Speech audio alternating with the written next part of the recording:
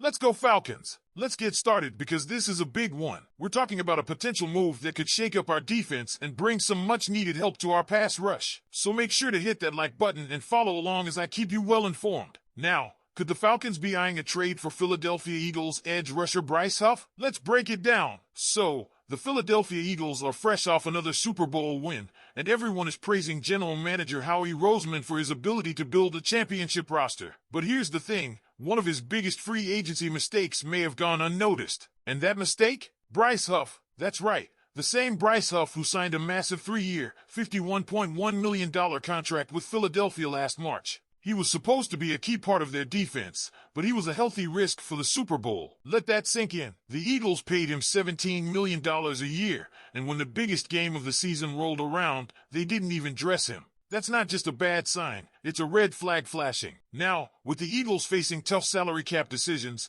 they'll almost certainly try to get Huff off the books. Cutting him outright isn't a great option because of all the guaranteed money involved in his deal, but a trade? That's where things get interesting.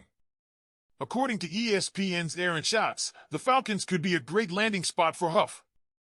And honestly, when you connect the dots, it makes a lot of sense. The Falcons are desperate for help rushing the passer. That's not news to anyone who watched our defense last season.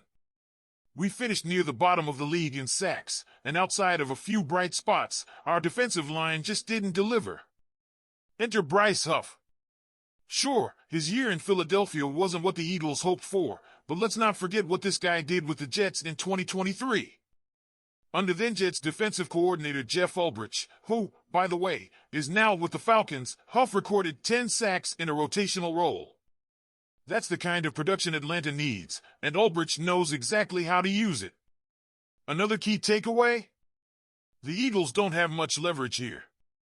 Everyone knows they want to move on from Huff, and that could work in the Falcons' favor when negotiating a trade. Schatz speculates that Philadelphia would need to make the trade with a post-June 1 designation, which would open up some cap space for them while also allowing the Falcons to bring in Huff without taking on the full financial burden. The question is, how much would it cost Atlanta? A mid-round 2026 draft pick? Maybe a pick swap? If the price is right, this could be a low-risk, high-reward move for the Falcons. Of course, there are concerns. Huff's struggles in Philadelphia weren't just about a lack of opportunity. He wasn't as effective on his pass-rushing snaps, and there have been rumors about his fit in different defensive schemes. But if Ulbrich believes he can get Huff back to his 2023 form, this could be a steal for the Falcons. So, Falcons fans, what do you think? Should Atlanta take a chance on Bryce Huff and see if he can help turn around our pass rush? Or is this a move we should stay away from? Let us know your thoughts in the comments. By now, we all know that the end of this past season was brutal. 2 overtime losses, another losing record, and a whole lot of frustration. The Falcons were in the playoff hunt for much of the season, only to fall short when it mattered most. But here's the silver lining. The Falcons will have the 15th overall pick in this year's NFL draft. That puts them in a solid position to add a key piece to their roster, but the question remains, which direction will they go? If history tells us anything, Terry Fontenot loves offense. Since taking over, he's drafted Kyle Pitts, Drake London, Bijan Robinson, and Michael Penix Jr. in the first round. But this year?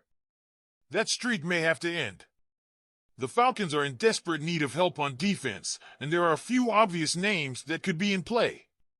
4 players stand out as possible targets at pick 15, Michael Williams, Will Johnson, Mike Green, and Shamar Stewart. It would be shocking if the Falcons don't take a pass rusher or cornerback, considering the current state of the defense. Atlanta has serious cap issues and needs to rebuild its secondary around A.J. Terrell and Jesse Bates. That makes Johnson a great option if he's still on the board, as he's arguably the best true cornerback in this draft class. But if the Falcons want to fix their pass rush, then Williams, Green, or Stewart could be the answer. Any of these players would be an instant impact addition and a much-needed upgrade. The pass rush has been a problem for years, and if the Falcons want to compete in the NFC South, they need a guy who can get after the quarterback. Now, let's talk about another possible scenario, one that could turn the Falcons into the best team in the NFC South overnight. Imagine Atlanta going all in on an SEC-heavy draft. That means picking up elite talent from the conference that dominates college football.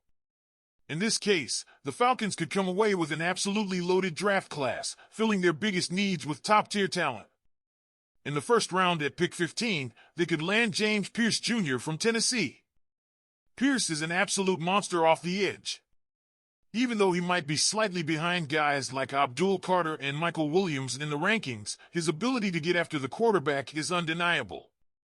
Atlanta hasn't had a real pass-rushing threat in what feels like forever, and Pierce would immediately step in as a difference maker.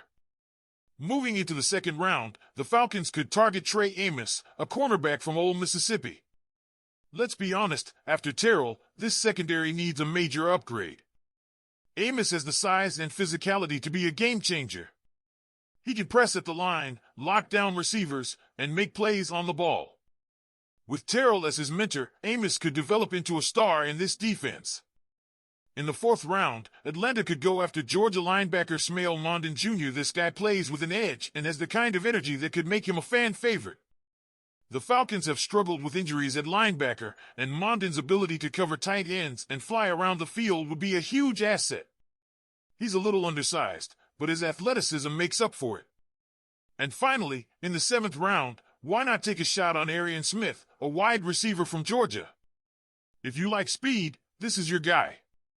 We're talking about a sub 4.3 40-yard dash speedster.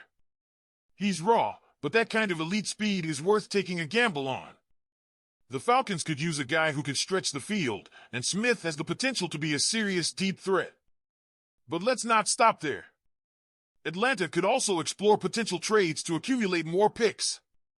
With limited draft capital this year, Terry Fontenot may try to move back in the first round to acquire additional selections. The Falcons could also consider veteran trades to add experienced playmakers to the defense. Free agency will play a role in shaping their strategy, but one thing is certain, this team cannot afford another lackluster draft class. The NFC South is still wide open. The Buccaneers look strong, but they're not unbeatable. The Saints and Panthers are both dealing with major questions.